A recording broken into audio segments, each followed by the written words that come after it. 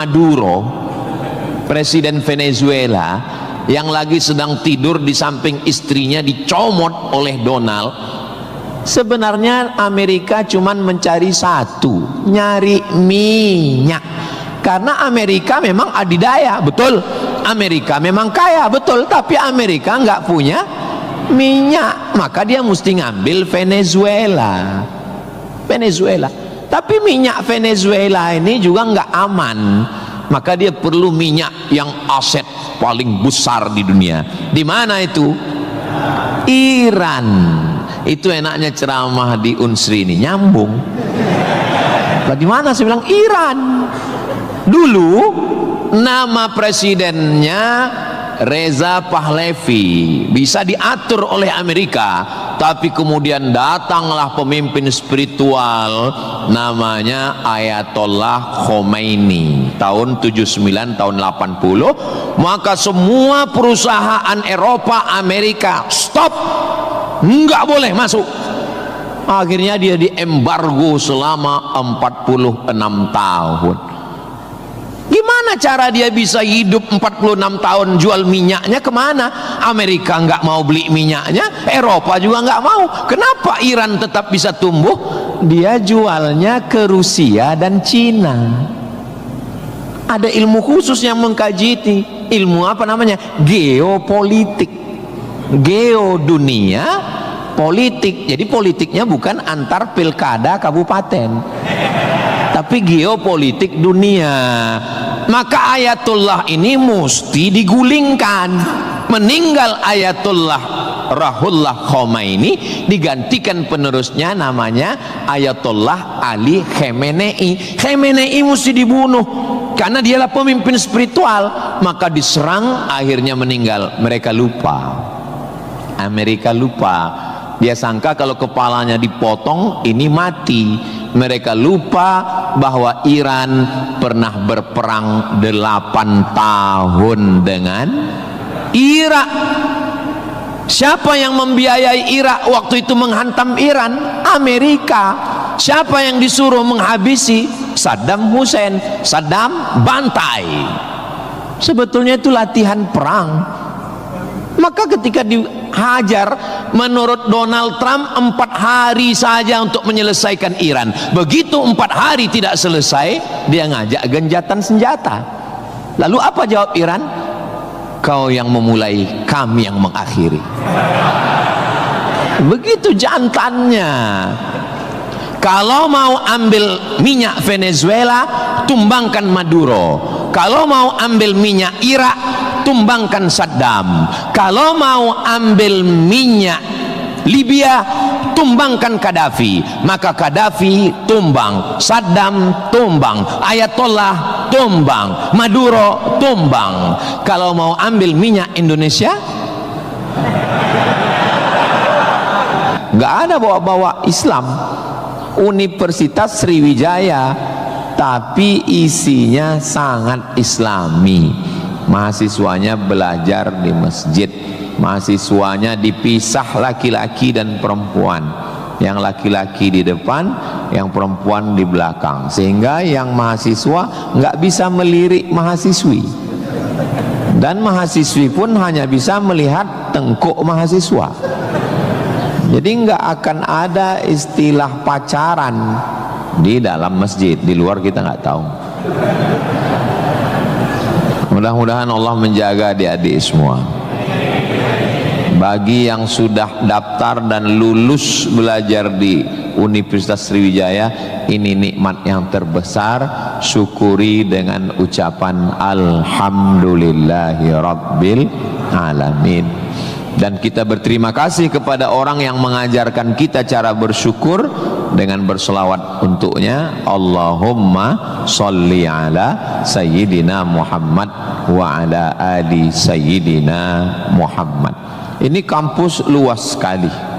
Saya tadi dibawa dari sholat Masjid Polda, pergi ke parkir helikopter, lalu saya sebenarnya mau cerita bahwa saya naik heli, itu aja sebetulnya. Iya, kadang orang cerita mutar-mutar substansinya sulit dipahami. Kenapa kita mesti naik heli? Ini kampusnya Ustadz kalau lewat tol lebih kurang 40 menit dari kota Palembang. Kenapa kampusnya mesti jauh? Ternyata di sini ada 700 hektar kampus yang begitu luas, dan di sini tidak hanya manusia, monyet pun jumpa tadi. Jadi kampus itu idealnya memang begitu. Jangan sampai fakultas pertanian nggak pernah megang tanah, beternak ikan di atas kertas. Fakultas peternakan, fakultas perikanan, tapi nggak pernah megang ikan, hanya presentasi makalah. Begitu lulus kerja jadi teller di bank, nggak nyambung. Maka di sini praktek. Tadi saya diberitahu oleh Bapak Ketua HIPMI, Ustadz Somad, ini tempat praktek pertanian. Masya Allah, negara kita ini, kami dari atas tadi, gemah ripah loh jenawi, tongkat dan batu jadi tanaman, hijau untayan katulistiwa, tapi berasnya impor. Kenapa? Padahal tanah begitu luas. Menunggu sarjana-sarjana pertanian dari Universitas Sriwijaya. Begitu. Kenapa enggak kita tanam? Kalau kita tanam otomatis tanah kita berkah. Kalau sudah dia nanam padi, pasti dia malam berdoa sama Allah, tumbuhkan padiku, berkahkan rezekiku, turunkan hujannya. Kalau sudah ditanam, otomatis ekonomi bangkit, orang akan bekerja, otomatis padi tadi akan dibawa ke kilang padi untuk mengupas kulit padi jadi beras. Berasnya diperdagangkan, diniagakan di pasar-pasar hidup. Tapi tidak semua orang mau. Kenapa? Karena dengan import ada fee, ada uang masuk, ada kejahatan, membunuh petani, membunuh pedagang, akhirnya orang dininabobokan. Jadi solusinya apa? Solusinya semua mesti berangkat dari kampus. Kampus apa? Kampus Universitas Sriwijaya. Ustadz beberapa kali nih nyebut Universitas Sriwijaya. Dia memang setiap 5 menit sekali disebut. Terus kalau orang belajar di Universitas Sriwijaya ini, Ustadz Somad dapat apa? Saya dapat amal jariah dari alumni-alumni yang membangun Indonesia menuju Indonesia Emas 2045 insya Allah. Universitas Sriwijaya bukan swasta, negeri. Orang berbondong-bondong nasional dari Sabang sampai Papua mau daftar ke sini. Yang sudah lulus, alhamdulillah. Yang belum lulus, berusaha, bertawakal, berdoa, insya Allah. Enggak lulus-lulus, innalillah. Sudah lulus, belajar, banggakan orang tua. Enggak usah dulu matanya jelalatan, lirik sana lirik sini, nembak cewek enggak diterima, cinta ditolak, kapak bertindak. Enggak usah, serius aja belajar. Saya jadi mahasiswa sama seperti adik-adik. Saya sampai di Kairo 5 September 1998. Belajar 99, 2000, 2001, 2002. 4 tahun saya di Mesir, tidak pernah pacaran sekalipun. Makanya saya ngomong sekarang ringan. Coba kalau saya dulu playboy cap gayung, susah saya ngomong. Jadi apa yang kita rasakan waktu kuliah dulu, ya kita ngomongnya cair aja. Adik-adik jangan pacaran, yang penting kualitas belajar, sibuk menyibukkan pikiran untuk belajar. Terus Ustadz dulu nggak pacaran itu gimana ceritanya? Mahasiswa Indonesia 2400, yang laki-laki 2100, yang perempuan 300. Saya termasuk yang tereliminasi. kalah dalam persaingan. Tapi kalau kita kalah dari satu sisi, jangan kalah dari sisi yang lain. Saya alhamdulillah untuk masalah pacaran mungkin saya kalah. Saya bukan petualang, saya kurang suka adventure. Tapi dalam masalah belajar saya serius. Di Al-Azhar tidak pakai sistem SKS, dia pakai sistem paket. 1 tahun ada 14 mata kuliah tambah 2 juz hafalan Quran dan dibagi 2 termen, 7 termen awal, 7 termen 2. 14 mata kuliah, kalau nggak lulus 3 ulang setahun. 3 mata kuliah itu hanya diulang dalam setahun, habis umur. Maka saya berusaha belajar pagi, petang, siang, malam, tetap tidur dan makan. Dan akhirnya saya selesai S1, masuk bulan September. Saya selesai S1 bulan Juli. Saya selesaikan S1 saya 3 tahun 10 bulan. Selesai 3 tahun 10 bulan.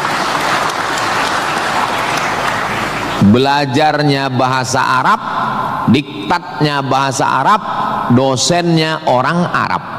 Maka saya kalau ketemu sama mahasiswa, saya tanya, semester berapa? 4 Pak Ustadz. Tapi mukanya kok tua kali. 14 Pak Ustadz. Kok bisa kamu sampai semester 14? Dosennya orang Indonesia, diktatnya bahasa Indonesia, referensinya Indonesia, campur Inggris dikit, makalah bisa campur AI. Kenapa kuliah bisa begitu lama? Apa kuncinya Ustadz, kenapa kuliah bisa cepat? Kuncinya simple aja. Saya kan belajar dulu dapat beasiswa dari Al-Azhar. Al-Azhar itu kalau tidak naik tingkat setahun, beasiswanya potong 50%. Kalau nggak naik 2 tahun, putus. Kalau 3 tahun nggak naik, DO. Kalau sudah DO, tidak dikasih tiket pulang. Siap-siap membuat rakit dari Sungai Nil ke Sungai Siak. Jadi yang membuat saya serius belajar itu adalah karena takut nggak makan dan takut nggak dapat tiket pulang. Jadi saya juga terlalu muluk-muluk. Saya nggak berani juga menasihati adik-adik. Saya belajar serius karena takut kepada Allah. Dulu kita nggak begitu. Ya itu. Makanya kalau ada mahasiswa, Ustaz Somad, ya, tolong saya kasih tips biar supaya serius belajar dan nggak pacaran. Saya bilang, cewek itu mau sama kau karena kau berduit. Kalau kau nggak berduit, nggak ada cewek mau. Kalau ada juga cewek mau, kau nggak berduit, dia tetap mau. 2 kemungkinan. Pertama, memang kau bertuah. Yang kedua, cewek itu bodoh. Iya, kan bodoh itu. Udah jelas laki-laki nggak ada duit, mau juga dia. Pelet apa yang dia pakai? Dari semester 1 pacaran, semester 2 sampai KKN, bonceng sana, bonceng sini, pergi sana, pergi sini, pacaran 5 tahun, ditinggal pas lagi sayang-sayangnya. Mohon maaf. Kalau ada mahasiswi yang mau pacaran sampai 5 tahun, itu sama seperti iklan roti, dibuka, dijilat, dicelupin, nggak dimakan-makan. Kira-kira yang rugi cewek apa cowok?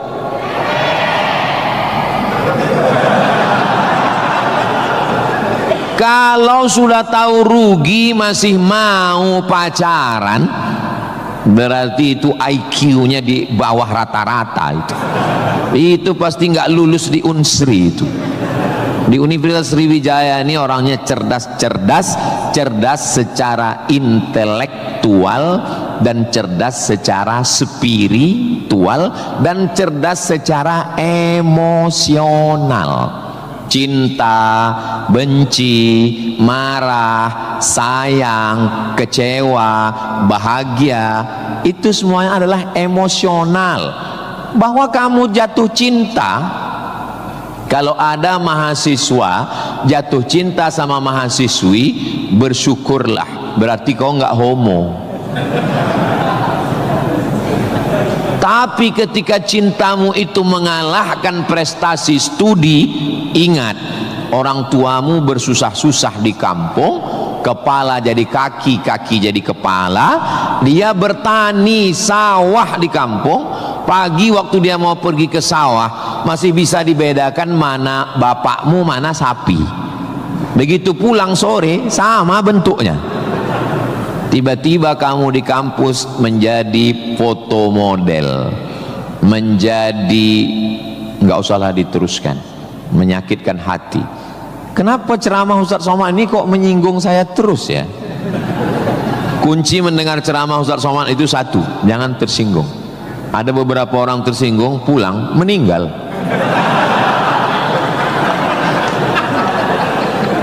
Saudaraku yang dimuliakan Allah, belajar ini seperti pakai kacamata kuda. Jadi waktu belajar dulu pakai kacamata kuda, jangan tengok kanan, jangan tengok kiri, fokus ke depan, tentukan arahmu, maka alam semesta akan membantu. Tentukan targetmu, mana last destination, stasiun terakhir yang mau ditarget mana. Setelah itu langkah karena kakimu, karena kau bertuhan, serahkan pada Allah. Bismillahi tawakkaltu ala Allah, la haula wala quwata illa billah. Ustadz dulu cita-citanya apa? Cita-cita saya selesai S1, habis itu saya S2, habis itu saya S3. Setelah saya doktor, saya mau jadi dosen, dan setelah nanti dapat duit, saya mau membahagiakan orang tua. Cita-cita saya nggak banyak, nggak ada cita-cita saya dulu diundang memberikan kuliah umum ke Universitas Sriwijaya, naik helikopter, nggak ada sama sekali, nggak terpikir di kepala saya, nggak ada terlintas. Cita-cita saya simple, singkat aja. Yang penting kuliah S1, S2, S3, habis itu doktor, jadi dosen, pulang ke kampung, ngajar, membahagiakan orang tua.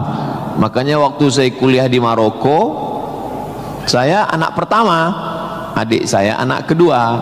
Kami cuman berdua, adik beradik, saudara kandung laki-laki dua-duanya.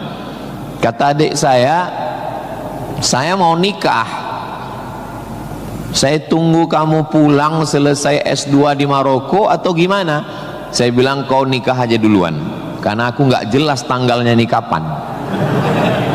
Pulang pun aku belum tentu nikah. Aku masih banyak cita-citaku. Aku masih selesai S2, aku mau S3, aku mau jadi dosen, aku dapat uang, bahagiakan. Kau kalau mau nikah, nikahlah duluan, jangan terhalang karena aku.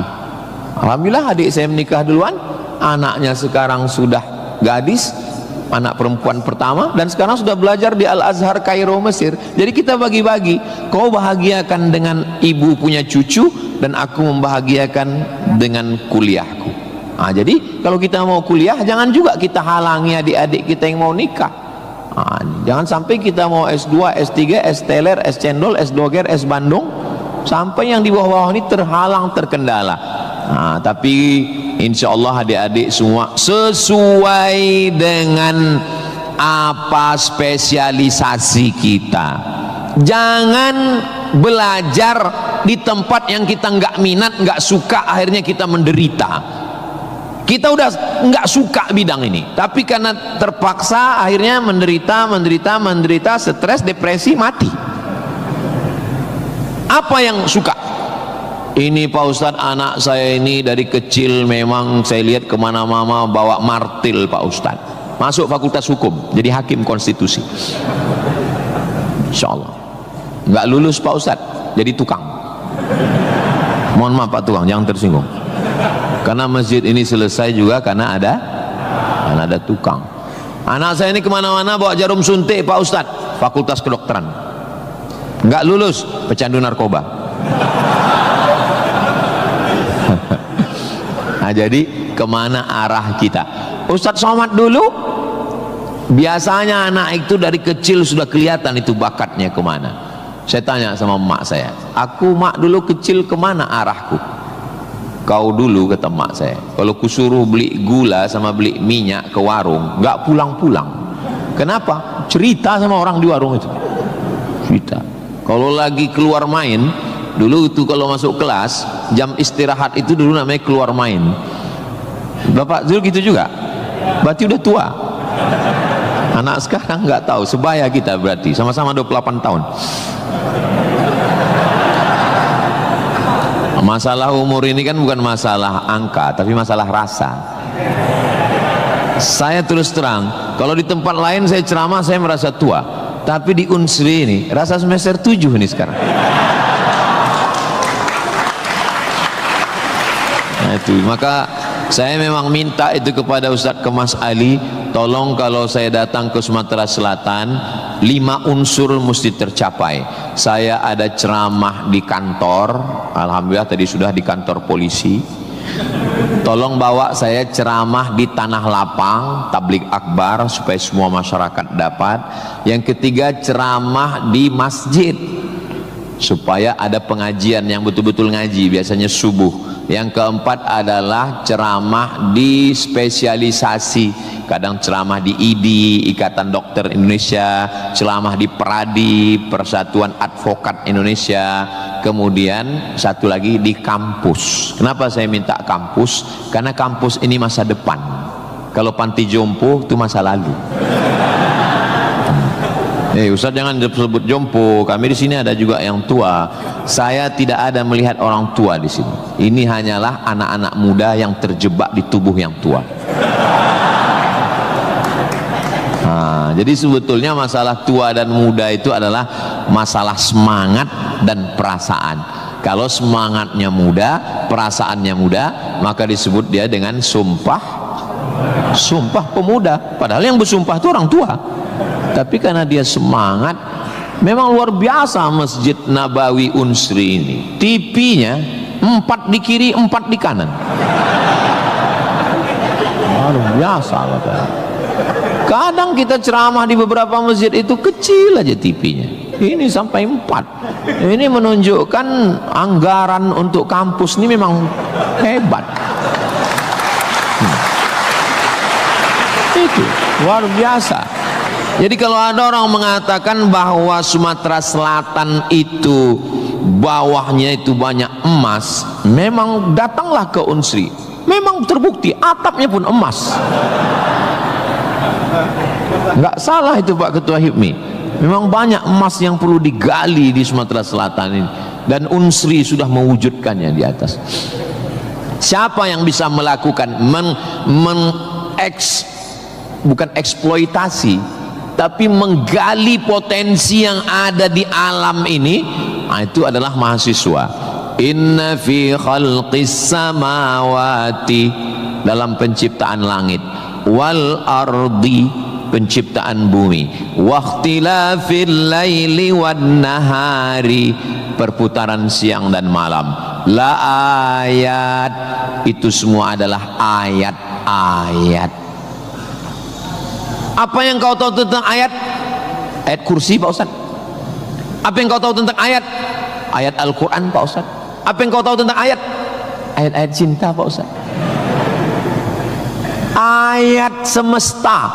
Inna fi khalqis samawati, penciptaan langit dipikirkan dengan akal, muncul ayat namanya ayat kauniyah, ayat semesta yang dikaji satu fakultas khusus namanya fakultas astronomi, bukan astrologi. Yang perlu dipelajari itu astronomi, bukan astrologi. Kalau yang astrologi itu Anda lahir bulan April, bintang Anda Taurus, jangan jatuh cinta dengan Pisces. Karena kalau ikan jatuh cinta dengan kambing, nanti tinggalnya di mana? Buang-buang waktu aja itu, nggak usah dikaji. Tapi ketika berpikir tentang astronomi, tentang ilmu langit, maka umat Islam sudah lama mengkaji itu yang disebut dengan ilmu falak. Ilmu falak itu yang dipakai oleh Badan Lembaga Hisab dan Ru'yah.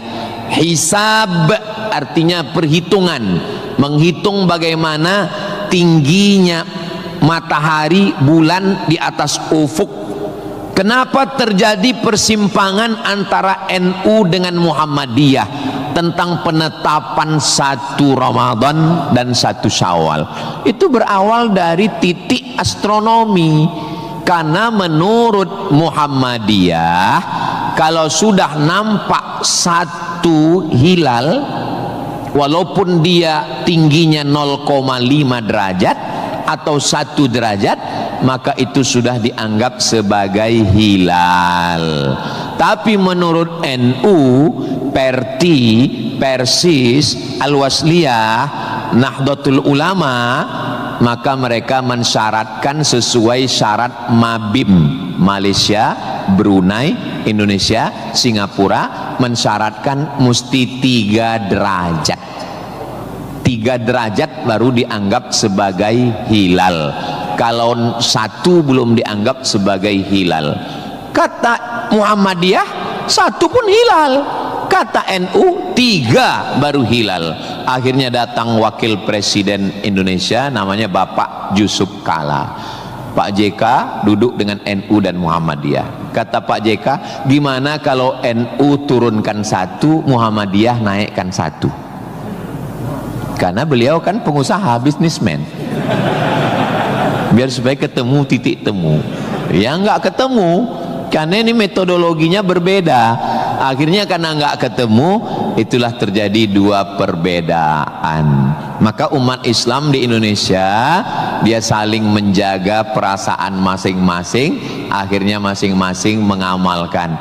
Yang 1 dengan 1 derajatnya, dengan 0,2-nya, yang 1. Dan nanti akan terulang lagi pada tanggal 20. Pada tanggal 19 hari Kamis 19 Maret itu nanti satu Indonesia akan mengeluarkan teropong untuk melihat astronomi, apakah nampak anak bulan atau tidak. Di Riau itu teropongnya dibeli dulu harganya 50 juta. Sejak dibeli sampai sekarang nggak pernah nampak hilal. Ustaz kok tahu? Teman saya kebetulan salah satu yang bekerja di situ. Dia pernah posting gambar di teropong. Saya tanya, apa yang nampak? Dibilangnya gaji 13 katanya.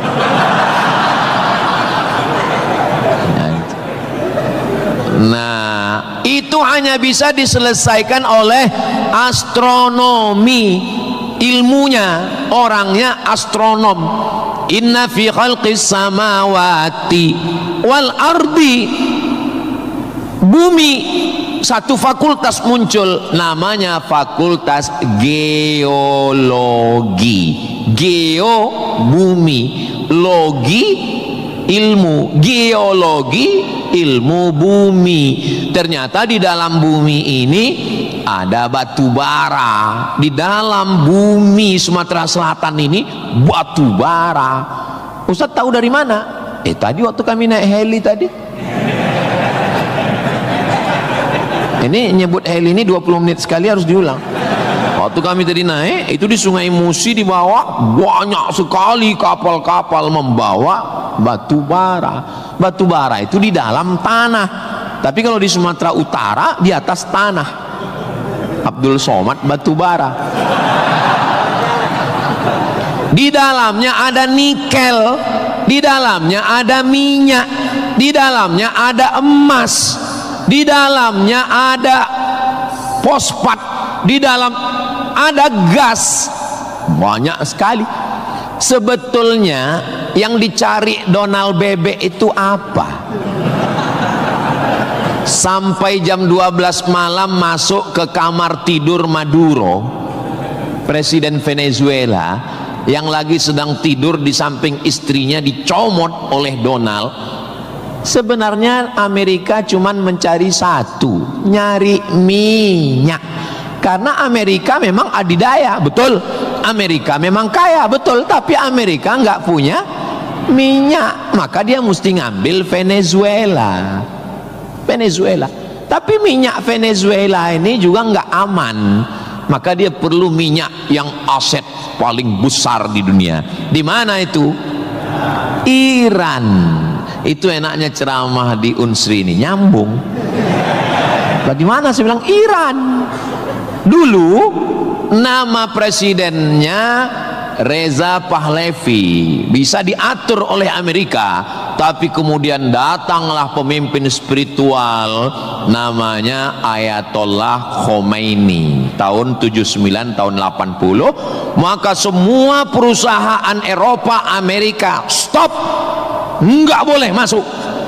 Akhirnya dia diembargo selama 46 tahun. Gimana cara dia bisa hidup 46 tahun? Jual minyaknya kemana? Amerika nggak mau beli minyaknya, Eropa juga nggak mau. Kenapa Iran tetap bisa tumbuh? Dia jualnya ke Rusia dan Cina. Ada ilmu khusus yang mengkaji ini. Ilmu apa namanya? Geopolitik. Geo dunia, politik. Jadi politiknya bukan antar pilkada kabupaten, tapi geopolitik dunia. Maka Ayatullah ini mesti digulingkan. Meninggal Ayatullah Ruhollah Khomeini, digantikan penerusnya namanya Ayatollah Ali Khamenei. Khamenei mesti dibunuh karena dialah pemimpin spiritual. Maka diserang, akhirnya meninggal. Mereka lupa, Amerika lupa.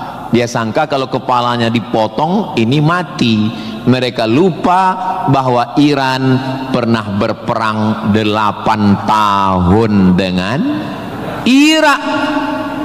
Siapa yang membiayai Irak waktu itu menghantam Iran? Amerika. Siapa yang disuruh menghabisi? Saddam Hussein. Saddam bantai. Sebetulnya itu latihan perang. Maka ketika dihajar, menurut Donald Trump 4 hari saja untuk menyelesaikan Iran. Begitu 4 hari tidak selesai, dia ngajak genjatan senjata. Lalu apa jawab Iran? Kau yang memulai, kami yang mengakhiri. Begitu jantannya. Kalau mau ambil minyak Venezuela, tumbangkan Maduro. Kalau mau ambil minyak Irak, tumbangkan Saddam. Kalau mau ambil minyak Libya, tumbangkan Gaddafi. Maka Gaddafi tumbang, Saddam tumbang, Ayatollah tumbang, Maduro tumbang. Kalau mau ambil minyak Indonesia, Subhanallah, sangat luar biasa kajian yang sudah disampaikan oleh guru kita Al-Ustaz Abdul Somad. Sahabat beriman yang dirahmati Allah Subhanahu wa Ta'ala, jangan beranjak dulu karena kajian beliau belum selesai dan masih banyak hal-hal menarik yang akan disampaikan oleh beliau. Selamat mendengarkan. saudaraku yang dimuliakan Allah Subhanahu wa Ta'ala, itulah hebatnya. Jadi adik-adik, saya ajak 2 SKS kuliah geopolitik. Kenapa untuk mengambil minyak Venezuela mesti ditumbangkan Maduro? Kenapa untuk mengambil minyak Baghdad Saddam mesti ditumbangkan? Kenapa untuk mengambil minyak Libya Gaddafi mesti ditumbangkan? Kenapa Indonesia nggak ada yang ganggu? Karena di Indonesia nggak tumbang pun minyaknya udah dapat. Saudara yang dimuliakan Allah Subhanahu wa Ta'ala, sebetulnya dulu nggak tahu adik-adik belajar sejarah gimana, tapi kalau saya dulu belajar sejarah, Belanda datang ke Indonesia ingin mencari rempah-rempah, kayu manis, buah pala, merica, ketumbar. Kita pun waktu itu bingung. Nanya sama guru SD, ya, Belanda kesini naik kapal kayu jauh-jauh dari Amsterdam, 3 bulan naik kapal cuman mau cari rempah. Iya, katanya. Sekarang baru kita tahu, mereka bukan nyari rempah, nyari minyak, Ini udah di kapling-kaplingnya. Papua emas, Sulawesi nikel. Ada satu pulau namanya Pulau Emas, Swarna Dwipa. Swarna Dwipa artinya pulau emas, nama lain dari Sumatera.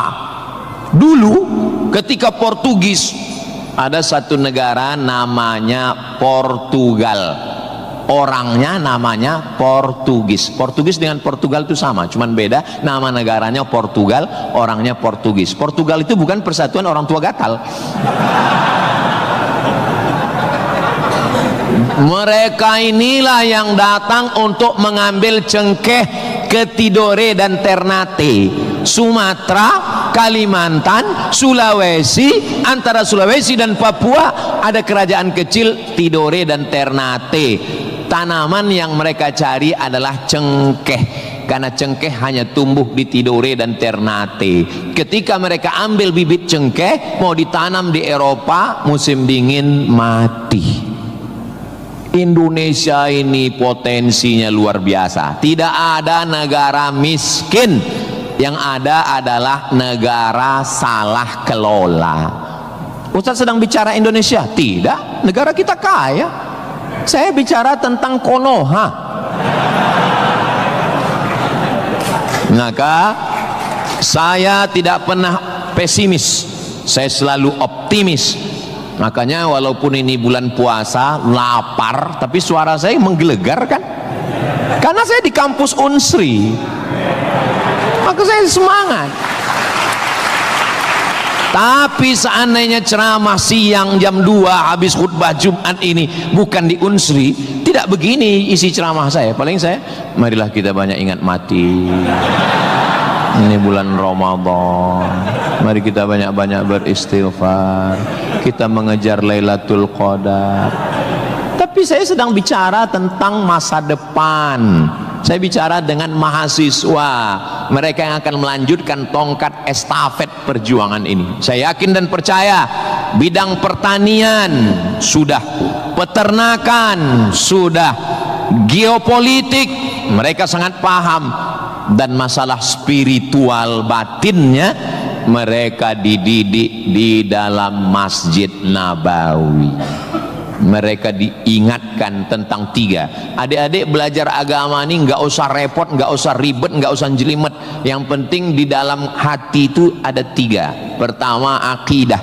Wujud qidam baqa mukhalafatu lil hawadisi qiyamuhu binafsihi wahdaniyah qudrat iradat ilmun sama basar kalam sifat 20. Ini akidah kita Imam Abul Hasan Al-Asy'ari. Yang kedua, setelah akidahnya mantap, dia mau beribadah. Di mana caranya beribadah? Rukun, syarat, wajib, sunnat. Inilah yang kedua, namanya fikih.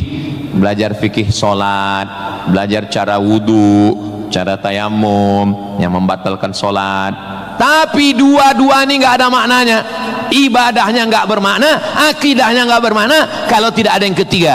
Yang ketiga adalah akhlak, sopan santun, tata krama, budi bahasa, menghormati orang tua, memuliakan dosen. Saya sangat bisa untuk ceramah berdiri naik di atas ini, bisa.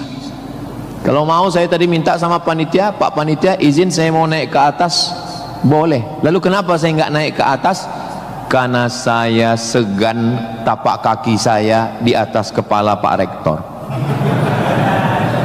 Saya di atas sementara Bapak Ketua DPRD di bawah. Itu namanya sopan santun, tata krama, budi bahasa. Tapi adik-adik yang di atas jangan tersinggung. Saya bukan menyinggung. Nggak apa-apa, demi Allah nggak apa-apa. Tapi Pak Ustadz khotib Jumat kan naik ke atas. Khotib Jumat di atas memang mimbar ini untuk khutbah. Mimbar Nabi itu tangganya cuma 3. 1, 2, 3. Maka kalau definisinya lebih dari yang dibuat Nabi adalah bid'ah, inilah mimbar yang bid'ah.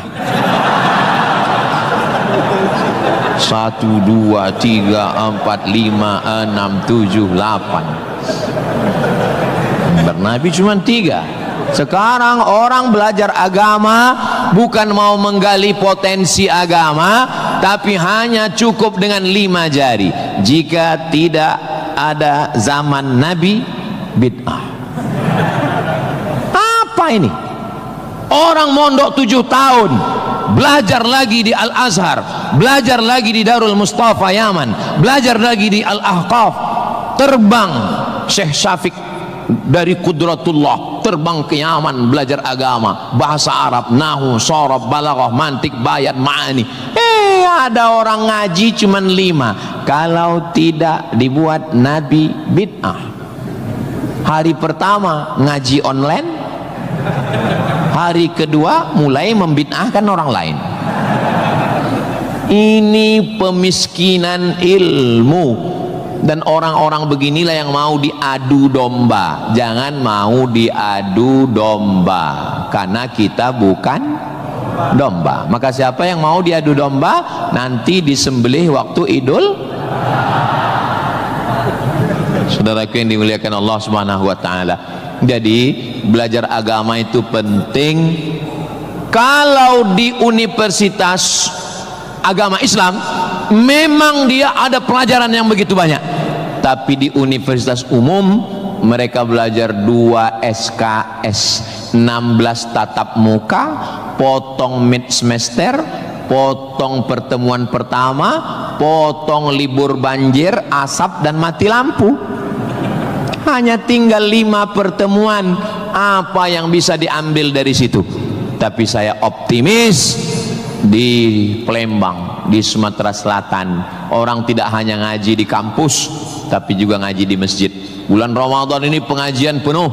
Kultum subuh, kultum duha, kultum zuhur, kultum asar, kultum menjelang berbuka, kultum habis isya menjelang tarawih, tambah malam 10 terakhir kultum iktikaf.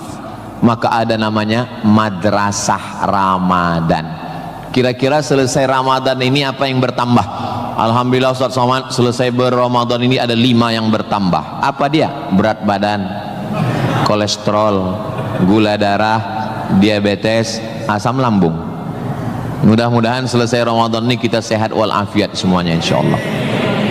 Ustaz Somad ceramahnya jangan lewat dari jam 2.30. Kenapa? Karena kalau lewat Ustadz ditinggalkan helikopter. Begitu arahan tadi. Saya sebetulnya mau berlama-lama dengan adik-adik sekalian, karena saya nyaman ceramah di Unsri ini. Tapi apalah daya, memang sedap makan ikan gulama, dimakan sambil nonton Harry Potter. Saya tidak bisa berlama-lama karena takut ditinggalkan helikopter. Itulah yang dapat saya sampaikan pada kesempatan yang baik dan mulia ini. Adapun tepuk tangan yang kurang semangat saya maklum karena lapar semuanya. Kepada Bapak Rektor dan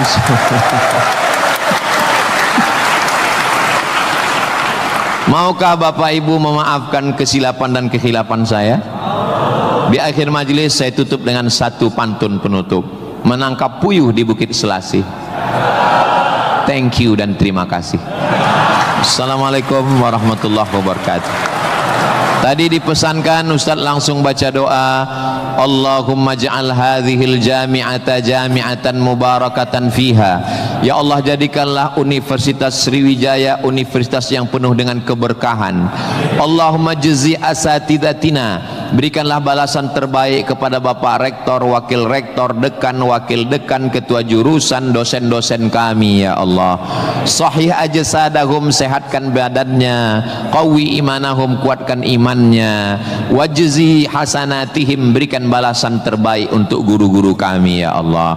Allahumma hafaz abna'ana wa banatina, adik-adik mahasiswa-mahasiswi kami, jaga hati badan mereka dari fitnah akhir zaman ini ya Allah.